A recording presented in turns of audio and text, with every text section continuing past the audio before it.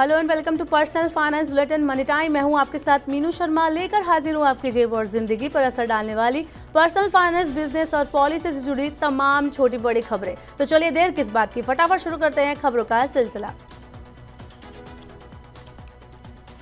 Lutyens Delhi में बसा Khan market एक बार फिर चर्चा में है। राष्ट्रीय राजधानी के खान मार्केट को दुनिया का 22वां सबसे महंगा रिटेल स्पेस माना गया है। इस मार्केट का सालाना किराया $229 यानी 19,000 रुपए प्रति वर्ग फुट से ज्यादा है। कुशमन एंड वेकफील्ड लिस्ट के मुताबिक इटली में मिलान शहर में स्थित वाया मॉन्टे नेपोलियन को सबसे महंगा रिटेल स्पेस माना गया है।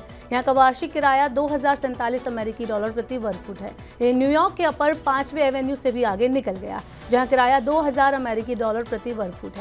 इस लिस्ट में लंदन की न्यू बॉन्ड स्ट्रीट, हांगकांग का तिम शा सुई, पेरिस का एवेन्यू डेस चैम्प्स, एलिसीज, टोक्यो का गिंजा, ज्यूरिक का बान हॉफस्ट्रेस, सिडनी का पिट स्ट्रीट, सियोल का म्योंगडोंग और वियना के कोहल मार्केट भी शामिल है।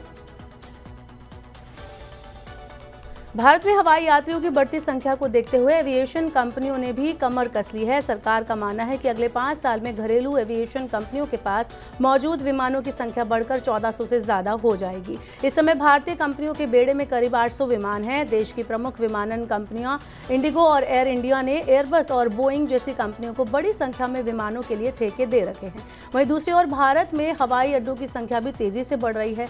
सरकारी आंकड़ों के अनुसार भारत में इस टाइम पर 74 हवाई अड्डे हैं। अगले 10 साल में हवाई अड्डों की संख्या दोगुना होकर 157 हो जाएगी।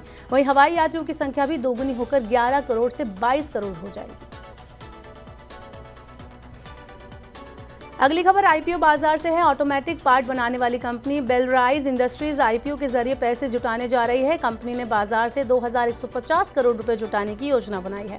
कंपनी ने मार्केट रेगुलेटर सेबी के पास प्रारंभिक दस्तावेज दाखिल किए हैं। सेबी द्वारा दी गई जानकारी के अनुसार ये आईपीओ पूरी तरह नए शेयरों का निर्गम है, जिसमें कोई ऑफिस शामिल नहीं है।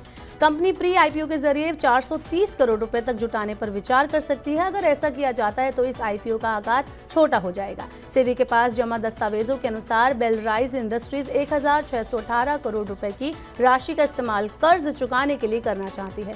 जून 2024 तक कंपनी पर 2,463 करोड़ रुपए का कर्ज था। अगली खबर भी आईपीओ से जुड़ी है। भारतीय शेयर बाजारों में आईपीओ से जुड़ी प्रक्रिया को आसान बनाने के लिए बाजार नियामक सेबी ने बड़ा कदम उठाया है। इसके तहत सेबी ने आईपीओ लाने से पहले एक्सचेंजों के पास अनिवार्य सिक्योरिटी डिपॉजिट की जरूरत को खत्म कर दिया है। सेबी के मुताबिक आईपीओ लाने वाली कंपनियों की ईज ऑफ डूइंग बिजनेस के लिए ये कदम उठाया गया है। सेबी का ये नियम तत्काल प्रभाव से लागू हो गया है। मौजूदा व्यवस्था के तहत आईपीओ लाने वाली कंपनी जितने इक्विटी शेयरों का पब्लिक इशू लाती थी तो उसे उसी आकार के 1% के बराबर राशि का स्टॉक एक्सचेंजों में जमा करना होता था। आईपीओ जाने के बाद जमा राशि कंपनी को वापस कर दी जाती थी। कंपनियां लंबे समय से इस नियम को हटाने की मांग कर रही थी। दुनिया की सबसे बड़ी टेक कंपनी गूगल की मोनोपोली को तोड़ने के लिए अमेरिकी रेगुलेटर ने कमर कस ली है। अमेरिकी रेगुलेटर ने वहां के एक संघीय न्यायाधीश से अनुरोध किया है कि गूगल को उसके सर्च इंजन के माध्यम से प्रतिस्पर्धा में दबदबा कायम रखने से रोका जाए। इससे पहले एक अदालत ने कहा था कि गूगल ने पिछले 1 दशक में गलत तरह से इस क्षेत्र में एकाधिकार स्थापित कर लिया है। अमेरिकी न्याय विभाग ने अदालत में 23 पन्नों के दस्तावेज दाखिल किए हैं, जिसमें गूगल के विघटन की प्रस्तावना की गई है। इस प्रस्ताव में गूगल के प्रमुख वेब ब्राउजर क्रोम को बेचने की बात कही गई है। साथ ही एंड्रॉइड पर अपने खुद के सर्च इंजन की वकालत करने से रोकने के लिए प्रतिबंध लगाने के लिए भी कहा गया है।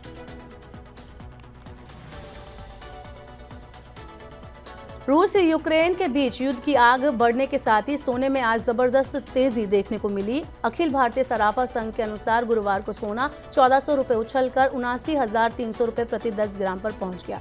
99.9% शुद्धता वाला सोना पिछले कारोबारी सत्र में 77,900 रुपए प्रति 10 ग्राम पर बंद हुआ था।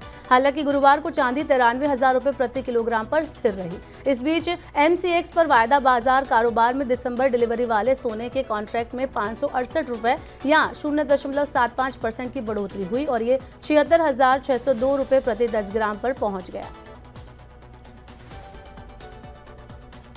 अदानी समूह के लिए गुरुवार का दिन भी हिंडनबर्ग मोमेंट जैसा साबित हुआ। अदानी समूह के मुखिया गौतम अदानी, उनके भतीजे सागर अदानी और अन्य पर अमेरिकी अभियोजकों द्वारा भारत में सोलर एनर्जी कॉन्ट्रैक्ट हासिल करने के लिए भारतीय अधिकारियों को $25 करोड़ की रिश्वत देने का आरोप लगाया गया है। हालांकि अदानी समूह ने रिश्वतखोरी के आरोपों को निराधार बताया है, लेकिन इस खबर से गुरुवार को अदानी समूह की कंपनियों के शेयर भरभरा कर गिरने लगे। इस बड़ी गिरावट के चलते समूह की सभी 10 सूचीबद्ध कंपनियों का मार्केट कैप संयुक्त रूप से 2.45 लाख करोड़ रुपए घट गया। बीएसई पर समूह की प्रमुख कंपनी अदानी एंटरप्राइजेस के शेयर में 22.99%, अदानी पोर्ट्स में 20%, अदानी एनर्जी सॉल्यूशन में 20%, अदानी ग्रीन एनर्जी में 19.53% और अदानी टोटल गैस में 18.14% की गिरावट आई। अदानी पावर में 17.79%, अंबुजा सीमेंट में 17.59%, एसीसी में 14.54% तथा अदानी विल्मर में 10% की गिरावट आई। अदानी रिश्वत कांड का साया आज भारतीय शेयर बाजार पर भी दिखाई दिया। अदानी समूह की सभी 10 कंपनियों में गिरावट के बीच एफआईआई की निकासी और एशियाई एवं यूरोपीय बाजारों की कमजोरी से मार्केट सेंटीमेंट प्रभावित हुआ और बीएसई सेंसेक्स 423 अंक लुढ़क कर 77,155 पर बंद हुआ। कारोबार के दौरान एक समय ये 775.65 अंक तक लुढ़क गया था।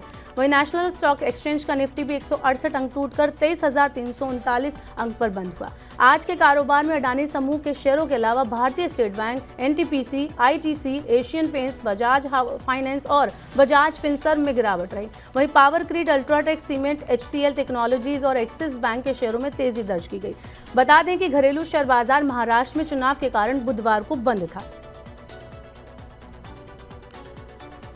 भारतीय रुपए की फिसलन फिलहाल रुकने का नाम नहीं ले रही है। विदेशी मुद्रा विनिमय बाजार में गुरुवार को भारतीय रुपया 8 पैसे और टूट गया। इस गिरावट के साथ रुपया 84.50 प्रति डॉलर के अपने सर्वकालिक निचले स्तर पर बंद हुआ। विदेशी मुद्रा व्यापारियों के मुताबिक रूस और यूक्रेन के बीच बढ़ते तनाव के बीच सुरक्षित निवेश की अपील के कारण अमेरिकी मुद्रा मजबूत हुई है। डॉलर इंडेक्स की 106.66 पर पहुंच गया। वहीं घरेलू बाजारों में एफआईआई की भारी बिकवाली के साथ कच्चे तेल की कीमतों में उछाल से रुपए में गिरावट आई है। मंगलवार को रुपया डॉलर के मुकाबले 84.42 प्रति डॉलर पर स्थिर रूप के साथ बंद हुआ।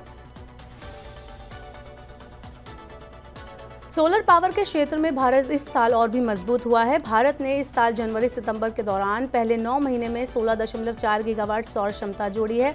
अमेरिकी शोध कंपनी मेरकॉम कैपिटल ने अपनी हालिया रिपोर्ट में कहा कि अटके प्रोजेक्ट चालू होने के कारण सालाना आधार पर क्षमता में 167% की वृद्धि हुई है। रिपोर्ट के अनुसार देश में पिछले साल इसी अवधि में 6.2 गीगावाट सौर क्षमता जोड़ी गई थी। इसके साथ ही सितंबर 2024 तक भारत की कुल स्थापित सौर क्षमता 89.1 गीगावाट हो चुकी है, जिसमें ग्रिड से जुड़ी परियोजनाओं का योगदान 86% से ज्यादा रहा। वहीं रूफटॉप सोलर का योगदान लगभग 14% है। भारत की स्थापित बिजली क्षमता में सौर ऊर्जा की हिस्सेदारी करीब 20% है और कुल स्थापित अक्षय ऊर्जा क्षमता में 44% से ज्यादा है। राजस्थान, गुजरात और कर्नाटक कुल स्थापित सौर क्षमता के मामले में टॉप 3 राज्य हैं। तो ये थी फिलहाल के लिए मनी टाइम में आज की तमाम बड़ी खबरें। वक्त हो गया आपसे विदा लेने का। अब आपसे होगी कल मुलाकात। पर्सनल फाइनेंस से जुड़ी खबरों को पढ़ने, सुनने, उनसे जुड़े खास कार्यक्रमों को देखने के लिए आप मनी 9 के यूट्यूब चैनल को जरूर सब्सक्राइब कर लें। साथ ही आज का हमारा मनी टाइम आपको कैसा लगा, नीचे कमेंट बॉक्स में अपना फीडबैक हमें जरूर दें। फिलहाल के लिए इस बुलेटिन में इतना ही। बने रहिए मनी 9 के साथ। नमस्कार, शुभ रात्रि।